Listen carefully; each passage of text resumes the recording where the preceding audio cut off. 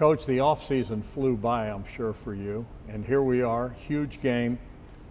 What's the work been like leading up to this moment, and how ready do you think your guys are to play a game? And try to almost have a countdown. We have a countdown in here of when the game's going to be, but you can find yourself in preseason camp thinking it's just going to be another snap, and it's our job as coaches to make sure they understand the urgency and how we're going to get this right now, because this game is going to be on you before you know it. Time moves fast. And so that's what camp's been like. But it's also making sure that the guys are ready to go. And what does that mean? There's got to be a callus about you. There's got to be a conditioning about you. You got to get tackled. You got to tackle, because in game one, you can't be, getting that figured out in the first quarter. So it's been a physical camp. It's been a hard camp, but it's been productive. Julian Sayin's going to make his first start. This kid is known for his quick release. What's impressed you the most with him through this journey, and where's his confidence level, you think, right now? I think his confidence is building every day. I think you saw an uptick once he got named the starter. I think he's got some good good rhythm right now with the wide receivers. The ball's coming out of his hand good. I think he's got a good handle on the game plan, and command in the huddle. He just needs to go play so he can get some confidence. He really hasn't played that much. So, I think once you've done it, you can say, I've done it. He hasn't done it yet, but we know what we see in practice, and we're excited for him. I know I'm a little biased, but I think if you're a high school kid out there and you want to play quarterback at the highest level, and you want to play maybe at the next level, there's one guy I'd play for, you. What's the message you've sent to him going into this game? What do you say? And you played the position. Your son plays the position. Yeah. I try to coach them so hard that the games are easy. Now, first start ever, Texas. I wouldn't say that's going to be easy. That's you didn't how it pick goes. that, No, did you? Hey, man, that's the way it goes. You came to Ohio State for a reason. I say that all the time when guys come in. You're coming to be the quarterback at Ohio State. You ready? So here you go, first start against Texas and a great defense. So, but no, listen, no expectations. Other way to find a way to win. Hang in there. You got a great group around you and a bunch of guys that are going to go to war for you. You talk about his debut. Brian Hartline's going to make his debut as the play caller. How ready do you think he is for this moment? Yeah, he's ready. He's ready. We've worked hard at it. There'll still be learning moments, but we'll be right there with him. He's got a good group around him. The offensive staff has come together well. There's good chemistry there. But again, same thing. We got to do it. He hasn't done it before. So, there's great rhythm right now. I think with the offense, I think guys believe in him. He's done a nice job of bringing everybody together. Has a lot of really good unit meetings talking about the expectations and what he wants out of the offense. On the other side, you got Matt Patricia, who's going to make his debut as defensive coordinator. I've really enjoyed hearing him talk, and his football IQ is.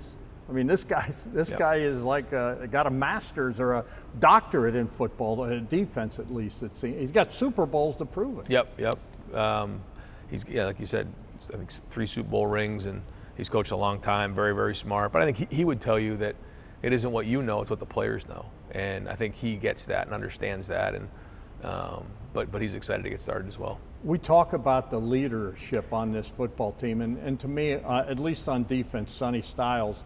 And he gets that Bill Willis block O. What was his reaction when he got it? And this guy encompasses who should wear that jersey, right? Yeah, I think he was really humbled. It was the same day he was named the captain. I don't know if he expected it or not. That's not him, but I don't think there was any doubt who was going to get it. He earned it. He has a lot of respect from his teammates, a lot of respect from coaches. And like I said before, man, he loves Ohio State. And so he pours it all on the line, and he'll do that on Saturday. The other guy, Caleb Downs, here's a guy that, does so much on the football field and his football IQ and wants to get better, works hard. But the one thing he did, and he came right out front after winning the national title saying, we're proud of that. I was a part of it. But now we're going to write another. He moved on, of all of them, he was one of the first to say, hey, we're moving on. Right? Yeah. And one of the guys to say, take down some of that national championship paraphernalia. We haven't won anything yet. And I think that speaks to his drive and his maturity. Jeremiah Smith, now the last time they played, he had one grab. What do you think you learned in that game? What do you think he learned? There were certainly opportunities that I think we could have got him the ball better, but they really worked hard to take care of him, and Carnell really popped in a bunch of spots, and so that's part of it as well. I mean, there's got to be ways that we can get him the ball, but also other guys got to step up when they're trying to take him away, because like I say, when he's on the field, he makes everybody else on the field better, but it's their responsibility to make sure they capitalize on that. So there's a balance there, but we all know that when the ball's in his hand, good things happen. But the other thing too is, as a defense, you pick your poison. Yep. You want to load up on him. It's not like there's much of a drop off with all the other talent you got out there. Maybe the best tight end in the country who transferred here. Well, we'll see. Yeah, I mean, this is a whole new year, but we feel like we do have weapons, and it's everybody's job, because if they're doing their job and he's getting a lot of coverage or a lot of attention, and that opens up other things, then that's their responsibility to make those plays, and then things start to balance out a little bit. But we also need to make sure we find ways to make sure he's touching the ball. I'm a big fan of yours, and I love the way you've embraced this, saying, hey, last year. We want to win another national title. We want to run it back. We want to be the first to have back-to-back. Yep. Yeah, that's it. I mean, and these guys are the same way. And yeah, when you look at the great tradition of Ohio State, the expectation is that you win national championships. And so when you win one, it's like, okay. So when you look at the great tradition, no one's won back-to-back. Well, let's do it. And it's going to start with this game right here. Last thing, the fans, they got to show up, right? Yeah, we need everybody. And I've said this before, when we made our run last year, it took everybody. Everybody had to do their job, and we all were a part of it. And the fans were a big part of it. I think about the stories of people traveling to the West Coast to watch the Rose Bowl, or people getting in their car with their son and going through the ice storm in Dallas. But even the people at home, just supporting our guys and sending good vibes. And we're doing this together. Well, it's going to be the same thing here this year and on Saturday. We need everybody involved to go beat these guys.